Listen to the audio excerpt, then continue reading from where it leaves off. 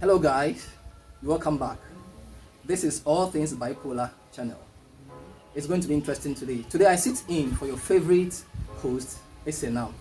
I know you have been seeing me most often having a conversation with her on this channel. We're going to have a very interesting conversation. We are not going to talk about bipolar today. Stay tuned.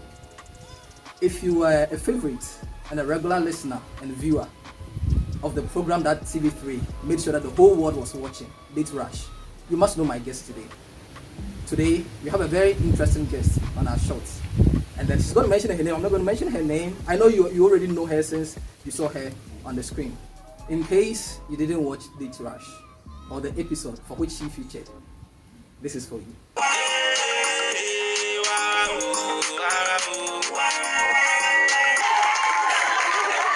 Nice one.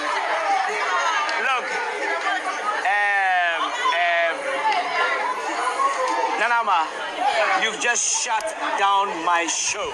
Oh, really? This is the best way of closing a show. Yeah. Oh my God.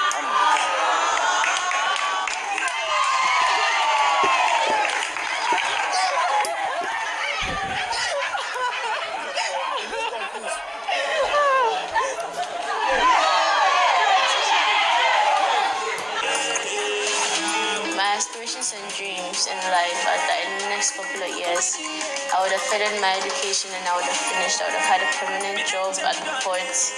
Any guy who would pick Joan or is lucky to get Joan as a friend or as a girlfriend, I tell you, you have picked gold in the right place. So instead of picking the stones, go for the gold. And have a business on the side, probably be in my own house with my husband and my children, and be the best woman I can be. All right. The body plenty. The body plenty. You go feel lost for inside. Oh, no, be say I no go feel handle, but see the girl, she's endowed, but no, she's not my type. What's the Seriously. ass? Or is the hips? Or is the boobs? My sister, I can't. Yeah. All right. Welcome back. Now you remember her. Thank you. Now hold on. Hello dear. Hi. You're welcome to All Things Bipolar channel. Thank you very much. How are you doing? I'm fine. I can't complain. I'm fine. Okay. On Date Rush, we know you as Joan. Is there any other name you want the world to know about you? Okay, so on this rush, let me correct you there. On this rush, I was Nana Ama. Oh, okay. Yes. But my name is Joan Amashika Kwame. That's where the Nana Ama came from the Amashika. And apart from that, my artist name is One.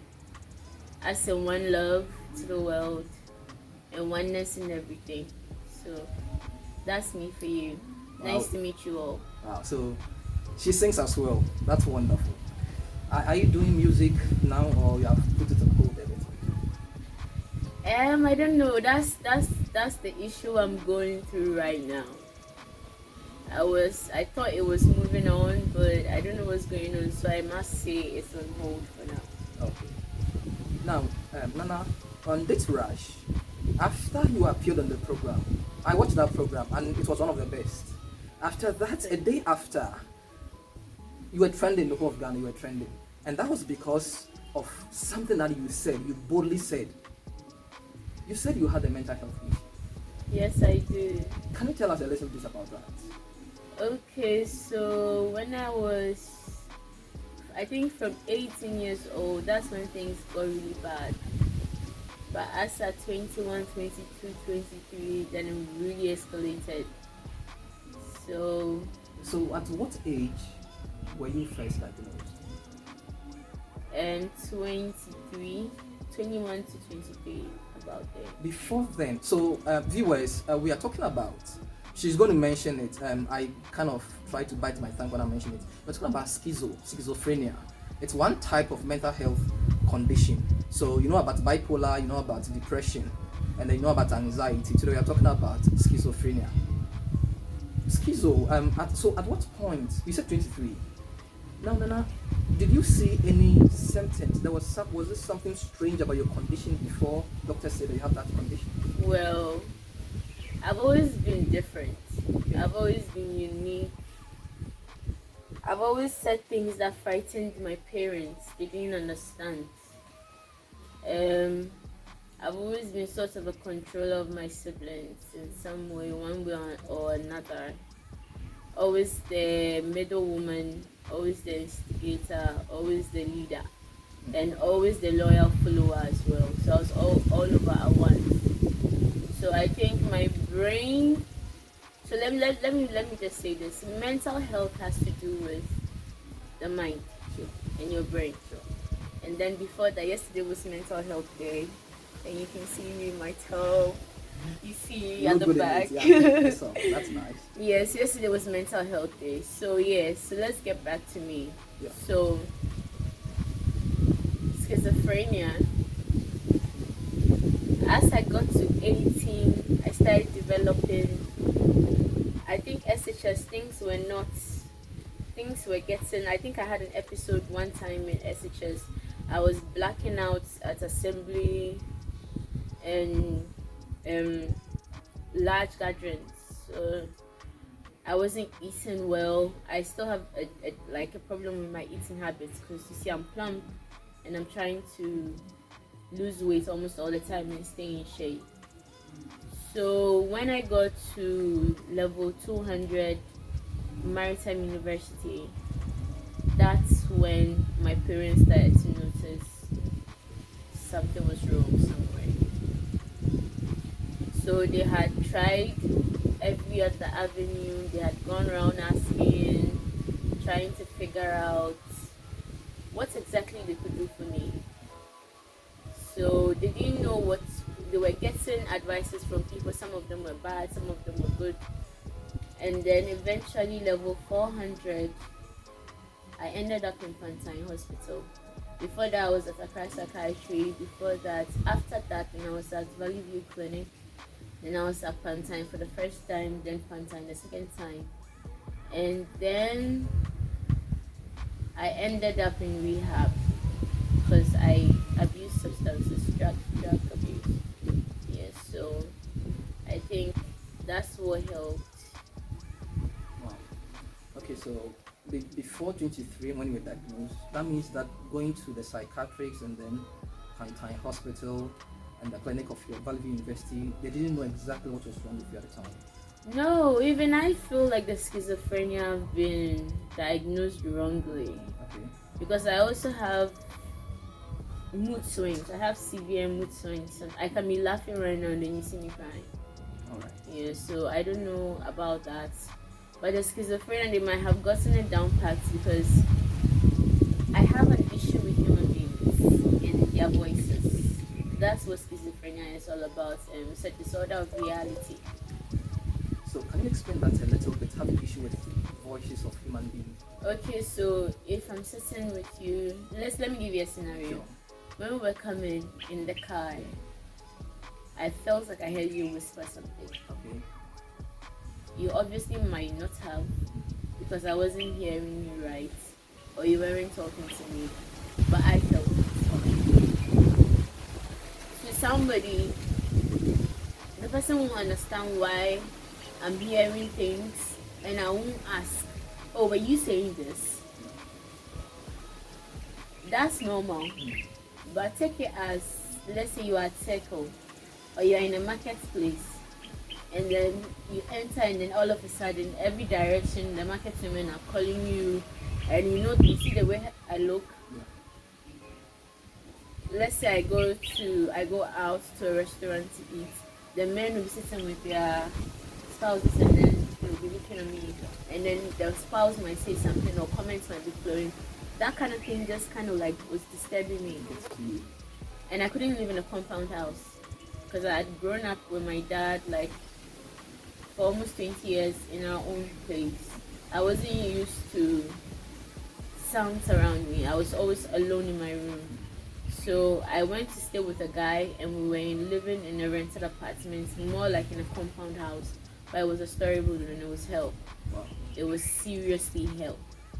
Because there were voices from this room, there were voices from this room, the people were talking at the back. People will be passing in front and be talking in front of the house and be talking. And all the time I thought they were talking to me or they were talking about me. Okay, Nana, there's something I realized. I have had the opportunity to be very close to people living with bipolar condition, anxiety, and somehow depression. One of the sentences when they are in the episode is hallucination. Would you say some of the voices and the whispers you hear, can you say they are hallucination, or you actually think that they are real? They are things you Some feel? of them are real and some of them are hallucinations. Okay. That's the issue now. With a schizophrenic, you have to sift through what is real and what is not. Okay. So it's like you are in your own world. Okay. So this thing happens even when you are not in an episode. Yes, it's an everyday thing. I've gotten used to it. I have to go for a monthly injection every month on the 23rd at Lakey Hospital. First it was Quantine. First I was on Haldol. No, I was on Risperidol. Then it was affecting me. Then I went to Olazepam. Okay. It was affecting me. It was making me gain a lot of weight, and I was eating a lot. Then they moved me to Haldol. And you know, with this mental health, you can't go with a health insurance card to go and buy this medicine. So if you are a mental health patient, you have to be really rich. Drugs are expensive. The drugs are expensive, so I couldn't take the Haldol anymore. I couldn't afford it. So I had to come down to Modicate, which I take now, and which is really helping. Yeah. Alright. The other thing about hearing voices and people passing comments about you, did that make you look down upon yourself? I couldn't even walk in town. Is it because of the way you look, or you think people know about your condition so they talk about you? No, it's because of the way I look most often and the way I talk. Because you can't be in Ghana and be talking like the way I'm talking. You've never been outside, so why do you talk like this? And then if you are too, like people with high IQs, I feel people who have this mental disorders are people with high IQs. That's why I feel they're prominent people who can't stand their auras. So it's affecting them. So I think when they say mental health is all about the brain, it's really, really true. It's how you think about yourself, how you think about life. And you know, most of the world, everybody is following one direction. What's the next trend? What's the next trend? But if you are different and you try to create your own trends, you become a center of attraction, a center of attention for everybody. And then when you can't handle that attention, like me, then it becomes a problem. I don't know how many people tell you this, but the way you look, you shouldn't look down upon yourself. You have a very good body. You may want to lose weight, that's fine, but you look good. You speak very well. It's now I'm getting to accept that. It's now, and I started too late. I'm 27. Okay. I'm now getting to know myself. When will I have a boyfriend? I don't have a boyfriend. When am I going to get married? When am I going to have kids? I have all that on my mind. I don't have a permanent job. I do contract-based work. So all those things are on my mind. How is my husband going to cope with me? Are my children going to get the schizophrenia? Is it hereditary? All those things are on my mind. Yes. So it's a blessing and it's a curse. Okay. Because unfortunately for me, Esther would say she lost her job because of her bipolar. But I lost most of the jobs I got because of my body. I see. How? They wanted your body and you didn't give it to them? Yeah, more like it. Okay. And somebody won't understand why that will affect me. Yeah. Because, and it comes down to the schizophrenia as well. Because if you ask me that you want me and I'm in the office with you and you say no, even if you're not talking about me, I said no. Even if you're not talking about me, I'm there and I'm thinking, oh, this guy is having issues with me because, and maybe you are not even, you don't care because I've said no. Paranoid. Because I've said no, you're okay. But I'll be paranoid, I'll be worried, I'll be disturbed, I can't work. I'll keep asking you, are you alright? Are you alright? Are you alright? To be sure everything is okay. And it disturbed me when it came to relationships as well. I couldn't keep a relationship with a man. Up to now, I can't keep a relationship with a man.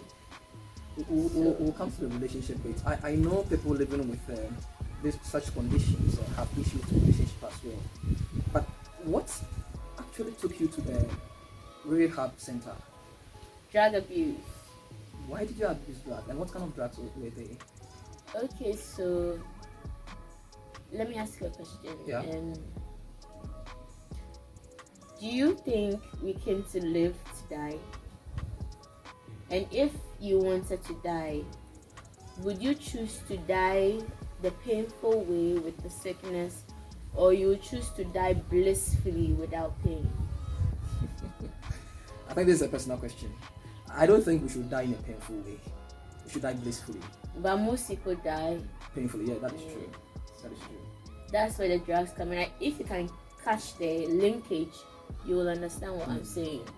Because drugs are all about bliss. Yeah, it makes you feel high and happy You're about happy yourself. about yourself. But you realize you were later overdoing it. That's how come you ended up in there. I couldn't mix life and my lifestyle. I was just opening up to the world, and I felt everybody was, instead of finding out what was true, I was rather listening to what people were saying was true. Okay. So later on, when I left the rehab, I came home for 2 to 3 years, and I was sober. So I'm not promoting drugs. I'm not saying you should smoke. I'm not saying you should drink. But there's also the health aspect of it, where it's healthy. It's in most of our, what do you call it? The drugs that we buy from the pharmacies. You can find, even cancer patients take weed, some of them. Not, I don't know if it's in Ghana, in the drugs. And prescribed by Heroin, doctors. yeah, prescribed by doctors. So I'm not promoting it. I won't say you should do it. But after the 3 years, I realized everything was the same. Okay. I still couldn't keep a job. I was still gaining weight. I was still having temperamental problems. Like, I'll be angry 1 minute, I'll be screaming at the top of my voice. Then all of a sudden, I'll be very happy. All of a sudden, I'm hearing things. So I was like, let me compare the life I had when I was doing the drugs, minus the fact that I overdid it, and the life now when I'm not doing the drugs. So I thought about it and I realized, if it's about overdoing it, of course, too much of everything is bad. It's good I went to rehab. It's good I learned my lesson. Let me do it now and see how I'll feel about it. And truth to be told, to what they told me at the rehab was true, I'll overdo it. But gradually, the intake began to reduce, began to drop. So now I don't have that craving where I have to, like I was coming here. Normally when I'm going out, when AC was calling me, I could have chosen not to come. I would choose, before I would stay in the house and smoke. Okay. But You when mean smoke weed? Yes, but when she called me, I left everything aside. Even before the day, I had already picked out the dresses I'll wear. Okay. Yes, picked out, made sure they were all neat and they were okay. I bathed, then I got dressed. And then the only problem I have now is sleep. I sleep too much. That's why I was a bit late. Well, people, the stigmatization with drugs, people, even when you are sick, let me tell you something. If I start crying right now, if a drug addict is crying, they will say the person is crying because the person has cold. Even in the rehab, that was some of the testimonies they were saying, that they used to have cold is where they were crying. But me, I cry because I'm in pain. I don't cry because I want to smoke. If I'm crying because I want to smoke, I won't smoke. It's not supposed to do that to me. Yes. So what led me to the rehab was that I couldn't mix life with the drugs I was doing. I didn't know what was real, what was not real. I didn't know what was true, what was not true. It got to a point, it really affected me because it got to a point I had to walk. I couldn't find space for myself. Like, I couldn't feel free. Like, I couldn't find me. So sometimes I enter a trustee and then everybody wants your attention. And everybody's talking and you have to, and now you can't say it's voices. You know it's human beings who are talking. And you have to respond. You get it? I get it. Yeah, so, and I couldn't take it. So one time I walked all the way from Caprice,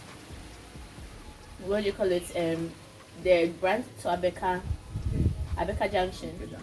I walked all the way from there to Ofanko. You did. I have walked from Ofanko to Mile 7 La Paz before.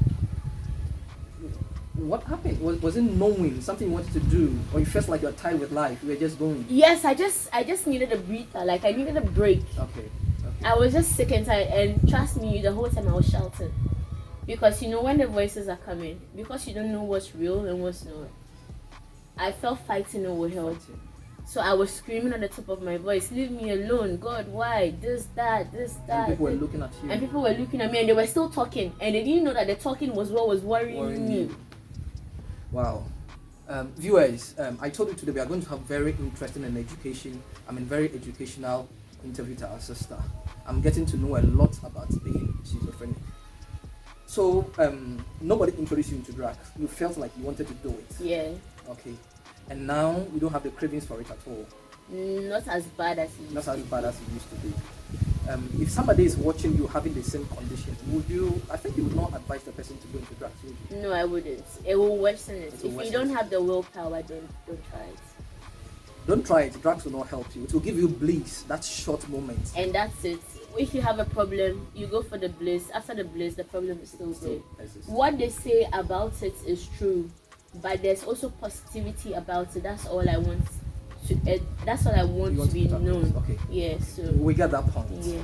So on Date Rush, after that, the news came out that you were in the United States of America. You jumped on drugs, and then your parents brought you back to Ghana, so you were deported. Briefly, clarify that one for us, for the purpose of those who have not heard you speak about that before. Okay, so I have this ex I was with. He was the one deported. Okay. He's called Chrissy Gilbert Chrissy Record. I don't think you'll mind I mention his name. So he's the one who was deported from New York to Ghana. And I was living with him, so I think that's where the mix-up came. But I've not been in a plane before. Hopefully I will. Maybe 2021 I will. Amen. God will make sure that you land on a plane. Okay. Before we'll go for a short break, but before then, have you now sat down to think like the stigmatization coming with this is too great? Especially you coming out now. Now everybody's going to see you on YouTube, on a lot of social media platforms. Are you comfortable with this? Do you think this is the right time for you to come out and let the people understand who you are so that you can be an advocate for this? That's not a question you should ask, because if I wasn't, I wouldn't be wearing the stuff. Because I know a lot of people wearing it and they don't want to come on the camera at all. Myself and Essay invites them, they're like, no, we don't want to be on camera. Our family will not be happy with that. Okay, so before I got here, I spoke to my dad. Before I left the house. Okay. Before, when he tells me, when I'm going out and he asks me where are you going, I'll get upset. But it has gotten to the point where our relationship is steady. We still fight once in a while. Before it was horrible. Wow.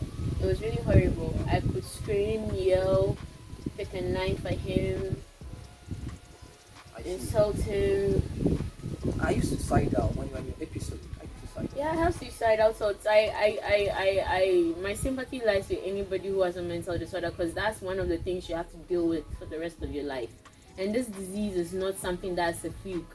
It comes and it stays with you like diabetes and hypertension forever. Yeah. So these voices I'm hearing, it's not like I'm not going to hear them at some point. I will always hear them. Yes. If you are watching, if you do not know anybody's condition, I think you shouldn't jump into conclusion and say things about them. I have learned not to judge people, even if I don't know their cases. I think this should be an education to us. We have had wonderful time, and I know the part 2 will be powerful.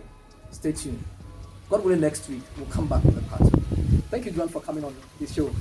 We'll continue. Thank you. I enjoyed myself. I enjoyed myself too. Thank you. So it has been your All Things Bipolar, but today, Schizophrenia. Schizophrenia. Stay tuned. Bye-bye. Bye.